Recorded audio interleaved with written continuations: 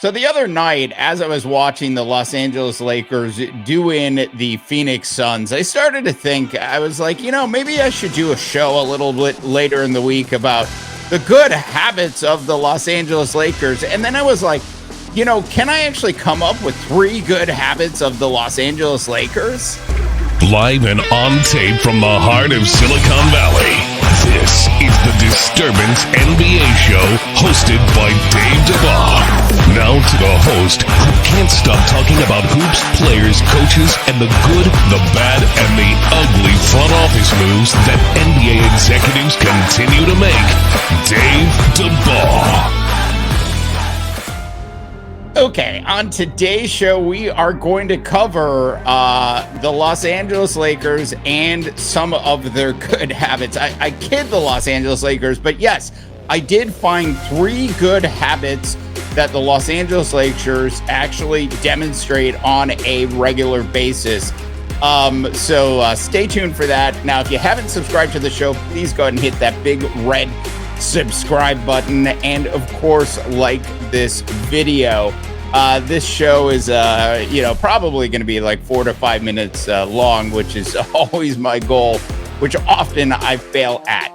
That being said, when I started to think about this Los Angeles Laker team and how they have turned the ship around. Now, if you think back to the start of the season, this Los Angeles Laker team was 2-10.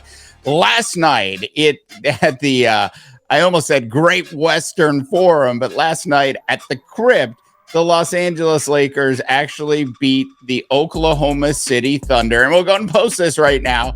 They are now 37-37. That's right, folks. The Los Angeles Lakers, a team that started out 2-10, is back to 500 for the first time since they were 0-0 at the start of the season. This Los Angeles Laker team made a ton of moves right before the trading deadline. Basically, 40% of the roster has turned over.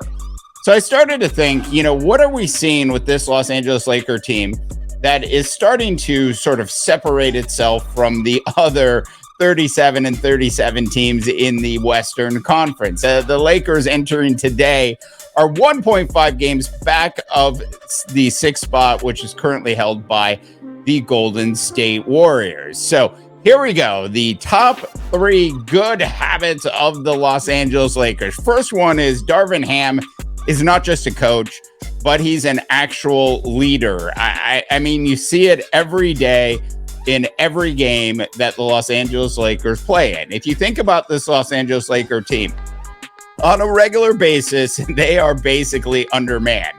You have to keep in mind, too, LeBron hasn't played in like 4 weeks now. And during that time, they've been able to actually go over 500 and get this thing back to 37-37. If you look at some examples of Darvin Ham's leadership, one that I can just simply point to that has happened in the last week was Austin Reeves scoring 35 against the Orlando Magic.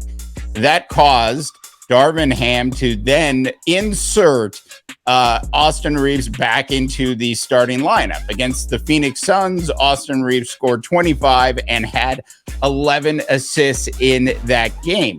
But the point is, he pulled Malik Beasley aside and he told Malik Beasley, hey, we're still going to need you in this game. And during his post-game presser, Darvin Ham was also very kind when he spoke of Malik Beasley. He basically called him a pro's pro for understanding the strategic part of it.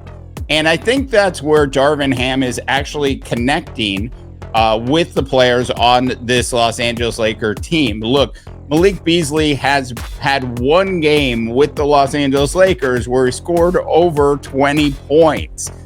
To say that Malik Beasley so far, who is obviously in a shooting slump, has been a disappointment would be a bit of an understatement. So Darvin Ham, much like he did with Russell Westbrook early in the season, is trying to pump up Malik Beasley because he knows he needs him, even if it's in short spurts. In that game against Phoenix, Beasley was barely played. He was terrible when he was in there, but then they were able to get 2 clutch 3-point shots from him in the fourth quarter, which helped that Los Angeles Lakers team beat the Phoenix Suns on that night.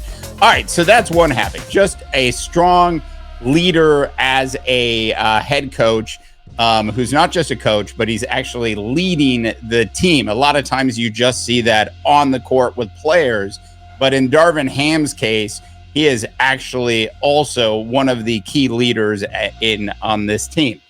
The second good habit of the Los Angeles Lakers is shifting Anthony Davis from the perimeter to the paint.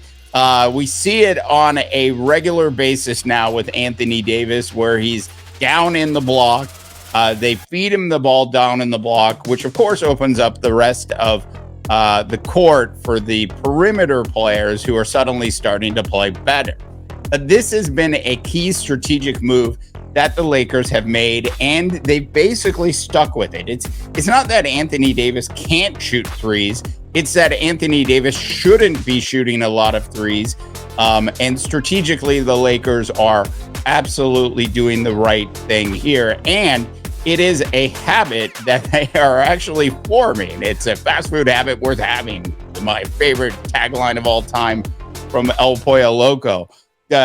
Keeping Anthony Davis in the paint with his mid-range game is very important. Look, Anthony Davis is 6'10", but when he's down low, he basically, especially against a team like the Oklahoma City Thunder the other night, he plays like he's 7'2", with point guard skills. That makes a big difference in the paint, and he went for 37 against OKC on Friday night.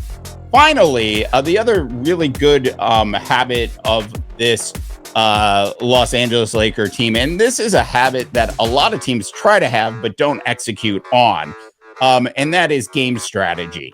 Their game strategy, quite frankly, has been fantastic since the All-Star break. Look, they're not going to win every game. They certainly don't have the most talented team in the West. They probably have a top 6, maybe top 7 talented team in the West. Look, I know LeBron James is on this roster, but he's been hurt most of the time. So you have to take that into account. And we know what Anthony Davis can do, but beyond that, do any of you have any real faith in D'Angelo Russell night in and night out? And the answer to that is probably not. Every other game, D'Angelo will perform, but he's probably not that third, great player they were looking for. So when you look at the game strategy, it's very important. Austin Reeves has at times during the last couple of weeks looked like an MVP player, just simply the way Darvin Ham has structured things for Austin Reeves to take over portions of the game. I mean, who would have imagined that an Austin Reeves would be a key component of a strategic move by a head coach in any level of basketball? And that's exactly what happened. But what's even more impressive is what happened with Lonnie Walker IV on Friday night. Lonnie Walker IV on Friday night had not played in 3 games. He had 0 minutes in the last 3 games. And if you look back at his last 10 games with the Los Angeles Lakers prior to last night, Lonnie Walker had played a grand total of 14 minutes. Look, Lonnie Walker IV is one of the key reasons the Lakers are even in a position to make the playoffs this year, just simply because he played so well for the team when he was in. But with all of the acquisitions and the moves that the Los Angeles Lakers made, they made a strategic decision to shift Lonnie Walker to the bench. Look, Dennis Schroeder, I never quite get his name right, was fantastic on Friday night as well. He's also a little bit hit or miss, but he's got a lot of energy and he plays well. Lonnie Walker is a fantastic scorer of the ball. He's vastly underrated. If he was playing for the Charlotte Hornets right now, he would probably be averaging 24 points a night. I mean, literally, he'd be Terry Rozier of the Charlotte Hornets Part 2. That's how good Lonnie Walker is. He's a quiet guy, but he performs really well. And during the Friday night game, they were keying in on Austin Reeves because of his recent success. They were keying in on Anthony Davis. They were keying in on Jared Vanderbilt. They were keying in on whoever the other players were that were on the court, and Lonnie Walker was the forgotten man.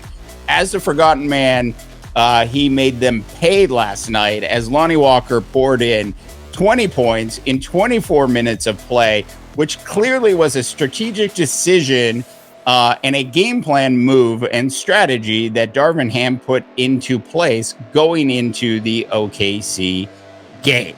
All right, so there you go. I found 3 really good habits of the Los Angeles Lakers, and I know I ran over a little longer on this video than I thought I was going to. But listen, if you haven't subscribed to the Disturbance NBA show or the Disturbance podcast channel, please go ahead and hit that big red subscribe button, and of course like this video. For the Disturbance NBA show, I'm Dave DeBaugh, wishing you all a tremendous rest of your sports viewing week. The Disturbance NBA show is brought to you live and on tape from Silicon Valley and is a production of the Mighty Rip Podcast Network. For more National Basketball Association coverage, check out our big website at disturbance.live.